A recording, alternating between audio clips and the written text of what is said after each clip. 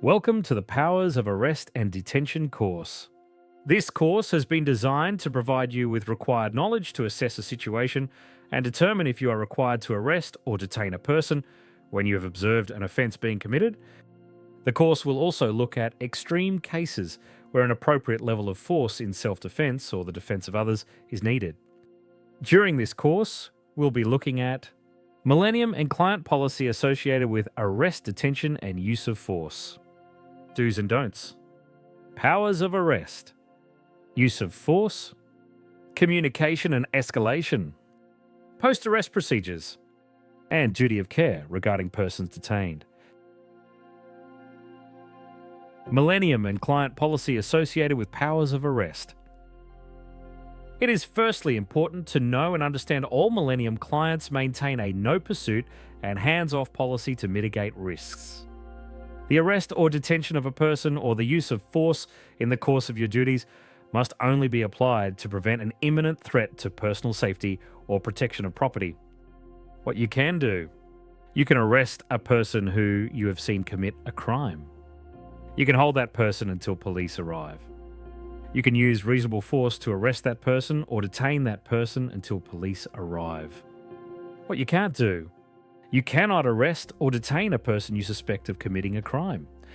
You cannot search a person without their consent based upon your suspicion. Powers of arrest. What does the law say? In each state and territory of Australia, the wording of laws around the powers of arrest are slightly different. The common message across all states, however, is that a person may arrest another without warrant if they have witnessed that person commit an offence under an act of legislation and they believe it is reasonably necessary. Any person can make an arrest, including police, security officers, and members of the public. When making an arrest, you must ensure you inform the person of the reason for the arrest. A person who arrests another person under an act of legislation must, as soon as practicable, take the person and any property found on the person before an authorised officer to be dealt with according to the law. Detention and use of force. In the course of their duties, and if making an arrest, a security officer can use a level of force necessary to detain a person. The use of reasonable force can be applied under the following circumstances: to arrest a person who the security officer has observed committing an offence, to prevent an assault on another person, or in self-defence. When applying the use of force, the security officer must ensure the force applied is reasonable under the circumstances and in proportion to any potential threat. Examples of disproportionate force applied include: 1. A strong 6'2" male security officer physically restraining a small teenage boy. 2. 3 male security officers physically applying force to restrain a small male who is simply refusing to follow instruction. 3. A male security officer using force to restrain a small female offender. 4. A male security officer conducting a physical search of a female. A person you have applied force against may decide to take legal action against you, Millennium, and the client. As a result, you must ensure that your actions are legal, reasonably necessary, and proportionate to the situation. Use of force and social media. As a security officer, you would be aware that as you are doing your job in a public place, people are watching you all the time. If you did need to apply force or arrest someone, it is likely someone will capture the incident on their smartphone. In the age of social media, spreading of such footage or images can happen in a matter of seconds. It is easy for such images to be taken out of context and appear to be disproportionate to the situation. Similarly, if your use of force options are unnecessary or disproportionate to the circumstances, you may be committing an assault or depriving a person of their liberty, both of which are offences under state and territory criminal codes. Communication and escalation. As per Millennium standard operating procedures for incident response and management, it is essential you communicate your intention to arrest a person without warrant as soon as you can. You also need to report the circumstances around the intended arrest. In turn, your Millennium Security Account Manager, Supervisor, Control Room Operator must inform local police of the incident and request police attendance as a priority. Post-arrest procedures. After arresting a person under common law, you have a legal requirement to ensure the well-being of that person while they're in your custody. This is called duty of reasonable care.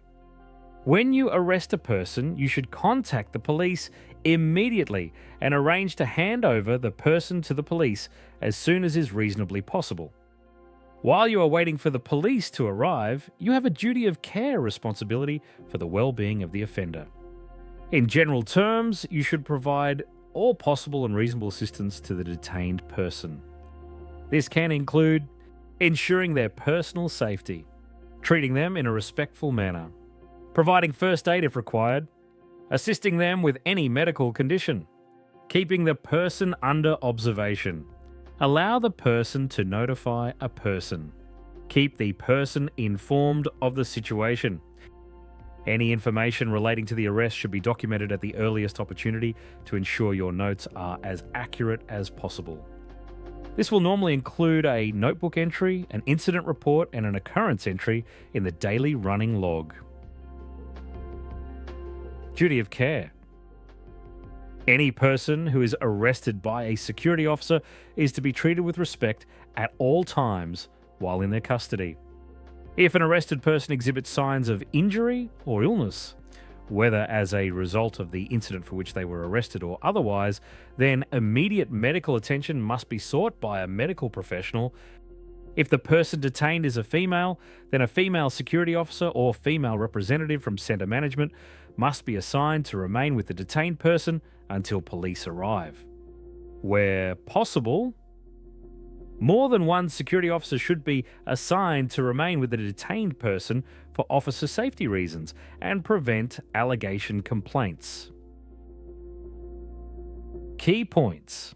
Powers of arrest and detention. Millennium Security Standard Operating Procedures contain more detailed content pertaining to powers of arrest, detention, and use of force. If you have any questions or are unsure about the information in this course or the relevant SOPs, please speak with your supervisor or account manager. And remember, the no pursuit and hands-off policies and the potential consequences associated with applying a level of force in the detention and arrest of a person.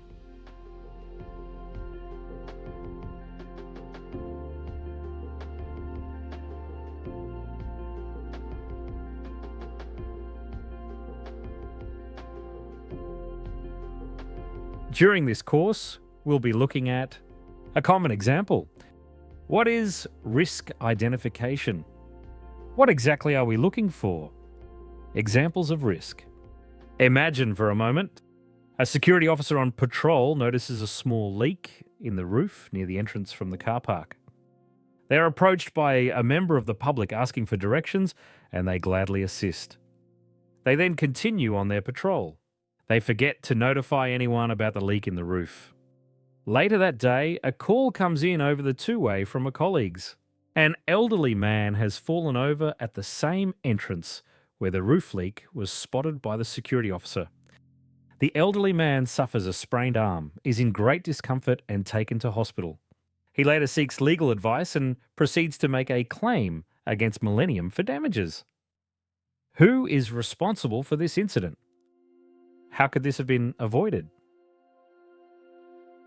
Failing to manage a risk can have severe consequences. It is the responsibility of each Millennium employee to ensure a safe workplace for anyone attending the site, including contractors, tenants, and customers. A major part of your day-to-day duties is that you identify and report any hazards that may result in a public liability claim, either injury or damage. What exactly are we looking for? Well, firstly, we need to understand what is meant by hazards and risks. A hazard is anything in the workplace that has the potential to harm someone. A hazard could be an object or a substance, a process or the way something is done, such as incorrect manual handling. A risk is the potential that a hazard will cause harm to someone. The level of risk that the hazard will cause harm depends on how often the job is done, how many people are exposed to the hazard, how serious the injury could be as a result. So now have a think about when you are on patrol. What are some of the hazards you have identified? Examples of hazards some security officers have pointed out to us include observing contractors working behind a hoarding, moving construction waste through the centre during trade with a wheelbarrow. This practice could possibly leave dust and dirt particles on the floor, creating a slip and fall, possibly damage the floor or cause injury to a customer if the wheelbarrow collided with them or overturns. The flower shop tendency, removing flowers from a bucket of water on a display at the front of their store and then carrying the flower into the store, leaving drops of water in the common area. The fish shop, displaying seafood in containers at the front of their store outside their lease line. The ice is dripping from the display containers onto the floor in the common area of the shopping complex. Mitigating risk. Firstly, what does mitigating mean? Well, when we talk about risk, mitigating means reducing or making the risk less serious. When we, as part of our daily work, conduct hazard identification and then report on and eliminate the hazard, we are instantly reducing the potential for adverse effects to occur. This is known as mitigating risk. By mitigating risk, we also reduce public liability claims that may be served against Millennium. Through better safety performance and mitigating risk, we as a business save on the following costs: public liability claims, slip, trip and falls, structural issues, damage to property, workers' compensation payments and premiums, idle time due to work interruptions, medical, legal, rehabilitation costs, cost of retraining replacement labour, repairs of damaged equipment. The above supports our company belief that security is a vital component for Millennium, our employees, our clients and their customers, as we recognise the importance of providing a safe and secure work environment, together with the need to protect physical assets and customer assets.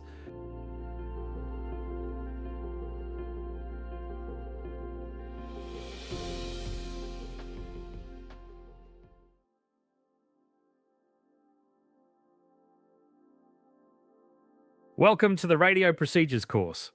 This course has been designed to provide you with the skills to effectively use two-way radio communication on site. During this course, we'll be looking at why we use a two-way radio, start end of shift, the do's and don'ts of using a two-way radio, the phonetic alphabet, emergency procedures, radio color codes, common use radio terms. Two-way radios are equipment vital to our job as a security officer. They enable us to communicate with the members of our team in a discreet way. Two-way radios are one of the tools we use to keep ourselves and the public safe. Before your shift starts, ensure the following. Two-way radio is operating correctly. Check the battery is charged. Radio is on correct channel. Two-way radio is in good working order with no damage. Conduct a radio check with supervisor or control room. The earpiece is securely attached and operating. At the end of your shift, make sure you inspect the two-way radio for damage. Any damage sustained during your shift is appropriately reported. Radio is switched off properly. Radio is correctly placed on charge and applicable indicator lights are illuminated. Radio wiped down with sanitizer wipe. How to use a two-way radio. When communicating over the radio, follow these simple instructions. Do. Speak at a normal speed as if you were having a conversation with somebody face to face. Speak in a clear, loud voice. Speak in short sentences, get straight to the point, do not tell a story. Always use phonetic alphabet when spelling something out or using numbers. Use the color code system. Hold the talk button in for at least 2 seconds before talking. Always listen for other broadcasts before using your radio to ensure that you do not interrupt someone else's message. Don'ts. Do not swear. Do not yell over the radio. Do not divulge any confidential information over the radio. If you need to communicate confidential information, ask recipient to give you a call on landline or mobile telephone.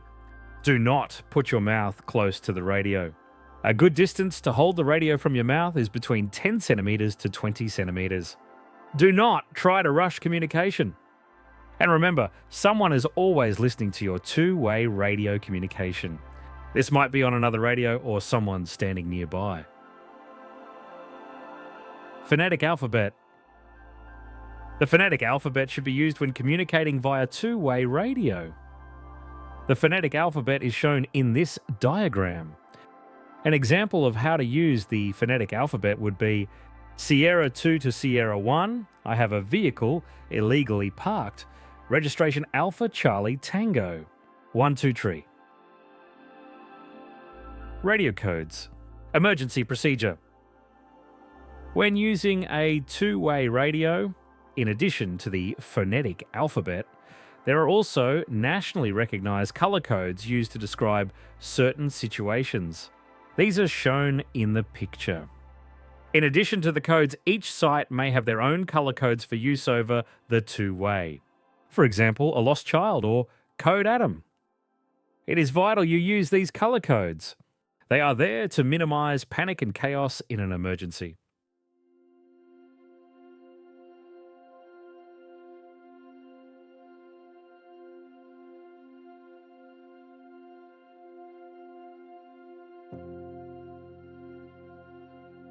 Welcome to the Stand Operating Procedures course, also referred to as SOPs. This course has been designed to provide you with some guidelines and procedures on doing various tasks in your job. During this course, we'll be looking at what are SOPs? Open up, lock up procedures, use of vehicles, access control, key management, sign in, out procedures, managing subcontractors, CCTV protocols. So, what are SOPs and why are they important?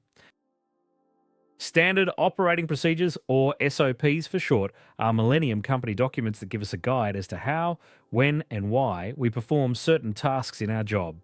You can find a copy of the SOPs clearly displayed in the Site Security SOP Manual.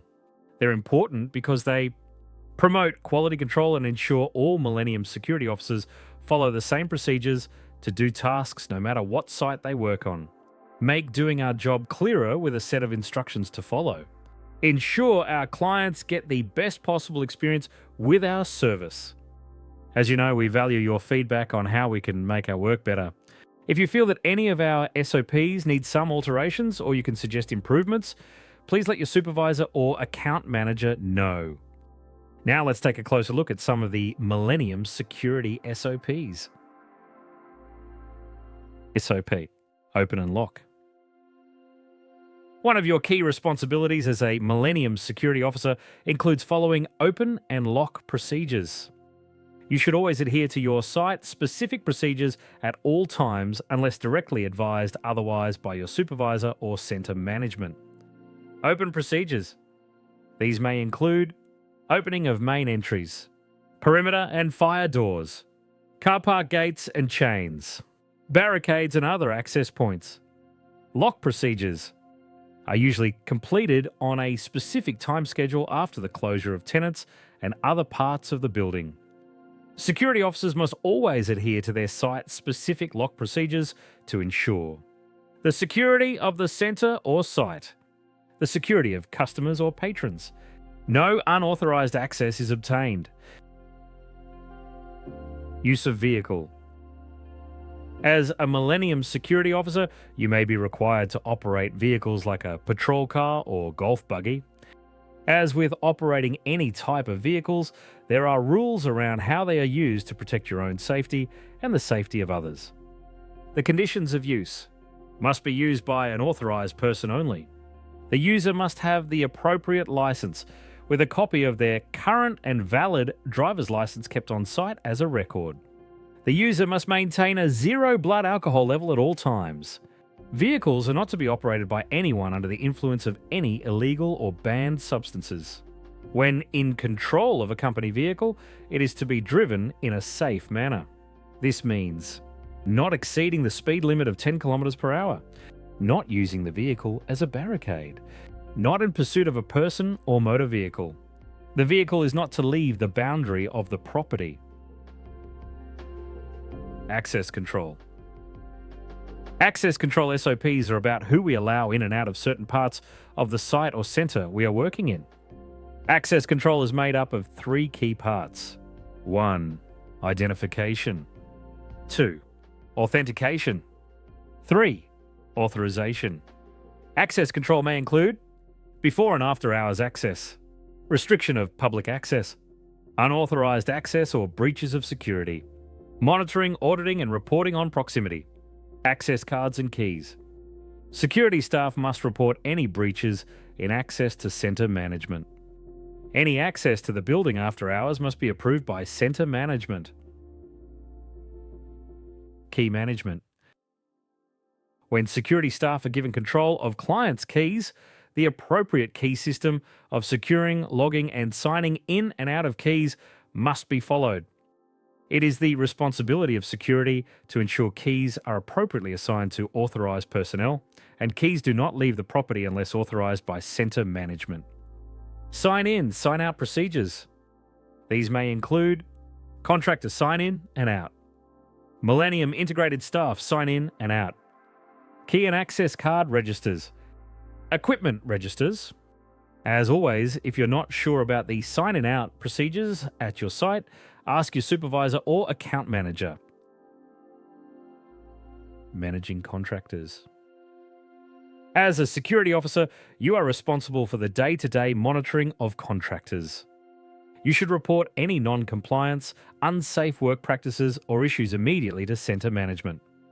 Contractors themselves are responsible for ensuring that they have undertaken appropriate training, including all required inductions prior to commencing work on site, complying with all applicable site policies and procedures, ensuring they follow sign-in, sign-out procedures, collecting, signing for, and returning any access keys required to undertake the contracted works as stipulated by site procedures.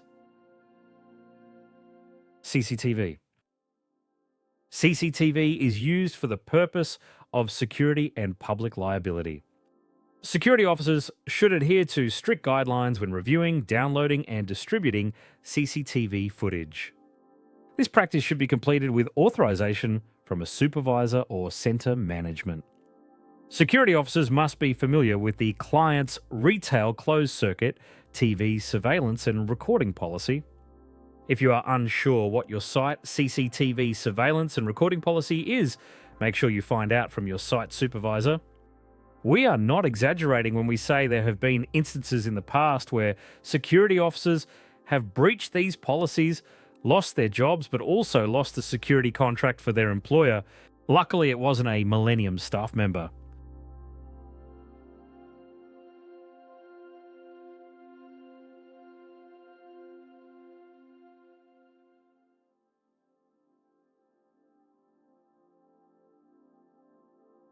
This course has been designed to provide you with a clear understanding of the importance of and taking pride in your uniform and personal grooming standards.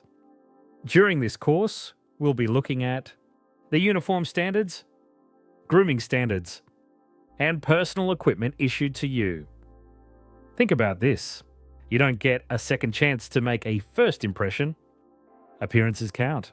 Within 30 seconds of someone meeting you, they will form an impression purely based on your appearance, your grooming, and your non-verbal communication. As a cleaner, what does your image say about you? Approachable? Intimidating? Friendly? Capable? Uniforms. As a uniformed cleaner, you represent the Millennium brand and our client's brand. Our clients expect us to be representing their site in a professional and approachable manner. You are a key contact point between the customers visiting a site and the site itself. Therefore, it is critical you present yourself in a way that reflects a professional and approachable image. It is important that you represent yourself, Millennium, and our client professionally at all times. This extends to your breaks when you are wearing your uniform. This means wearing your uniform with pride and ensuring your uniform is complete, properly cleaned and laundered, and correctly worn. Make sure your uniform fits properly. No pants hems dragging on the ground. Your footwear is important. Shoes or boots should be black leather unless otherwise directed. Comfortable with a non-slip sole. Shoes should be clean and polished. For certain duties, concealed steel toe cap reinforcement may be appropriate. Grooming standards.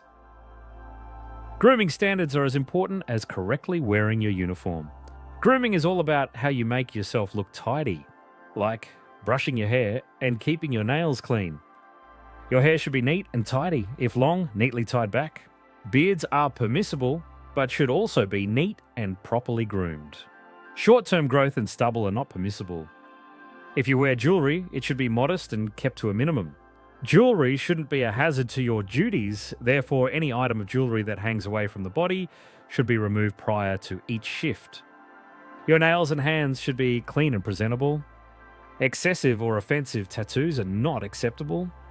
Items worn under your uniform should not detract from the uniform standard.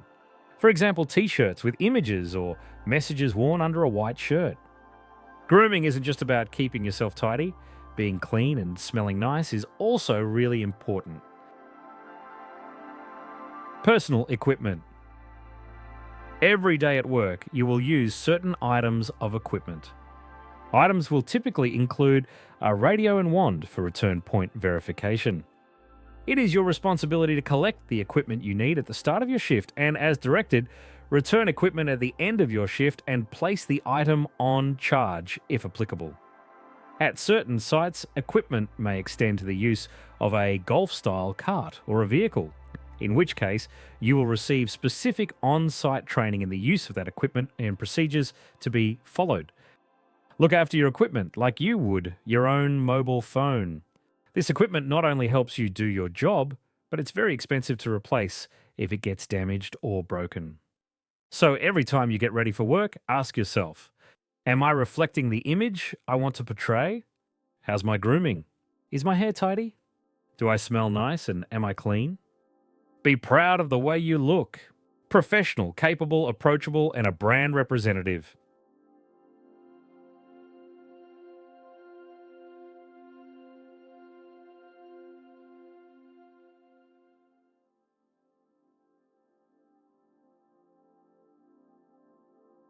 Welcome to the Millennium Double UHS course. This course has been designed to provide you with a clear understanding of the importance of maintaining a safe working environment for yourself, your colleagues, and your site. During this section, we'll be looking at why double UHS is so important. What is the IMS? Your safety responsibility and ours. Your safety input. Why is double UHS so important? To put it simply, your work can sometimes be dangerous. You deal with a variety of issues every day and you deal with the general public, all of which is often challenging. We want your work environment to be a safe place for you, your colleagues, and our clients. At Millennium, we believe safety in the workplace is non-negotiable and is everyone's responsibility. For these reasons, Millennium has in place what we call our IMS, or Integrated Management System. Quality, Safety and Environmental Plan. What is the IMS? The IMS is an overarching framework that contains Millennium's responsibilities, policies and procedures that aim to explain your roles and responsibilities about maintaining a safe workplace. Make sure our safety standards are compliant with government laws. Prevent injuries from occurring. Minimize public liability. Reduce customer complaints. Help identify hazards on site. Report hazards on site. Sets the standards around quality safety and the environment and how we maintain those standards. As we said before, our safety aim is that you, your colleagues, and our clients are safe on site. In order for us to achieve our aim, we require all Millennium workers to be responsible for identifying and reporting hazards or any unsafe work practices on site without fear of consequence. You are our eyes and ears on site every day. Therefore, we rely on you to let your managers know anything you see that is unsafe. We want your feedback on how we can improve systems already in place or make suggestions on training you think would help make our workplace safe. If we can prevent hazards and injuries from occurring in the first place, we will go a long way in achieving a safe work environment. Our safety responsibilities. We don't want to get too heavy on legal stuff, but you need to know that all Millennium workers have the responsibility under the WHS Act 2011 to ensure a duty of care to anyone attending the site where they work. We, as a company, have a responsibility as the PCBU, person conducting business or undertakings under the Act, to ensure a safe workplace for all our workers. Your safety input. At Millennium, we encourage you to contact your supervisor, account manager, or state office immediately if you have any concerns regarding a hazard identified, an unsafe work practice you have been asked to perform by either a Millennium colleague, supervisor, or a client. How can you share your feedback? We have team meetings that occur on site. These meetings provide all workers with the opportunity to give constructive feedback about site standards or IMS system improvements. We also have toolbox training on site to ensure workers are constantly being updated on safety issues. And lastly, we encourage hazard reporting. This could be as simple as letting your supervisor know that the mag light torch used by security officers during night patrols is not working, or it could be as severe as reporting a car leaking petrol in a car park. Remember, you won't be looked down on for reporting any unsafe work practices.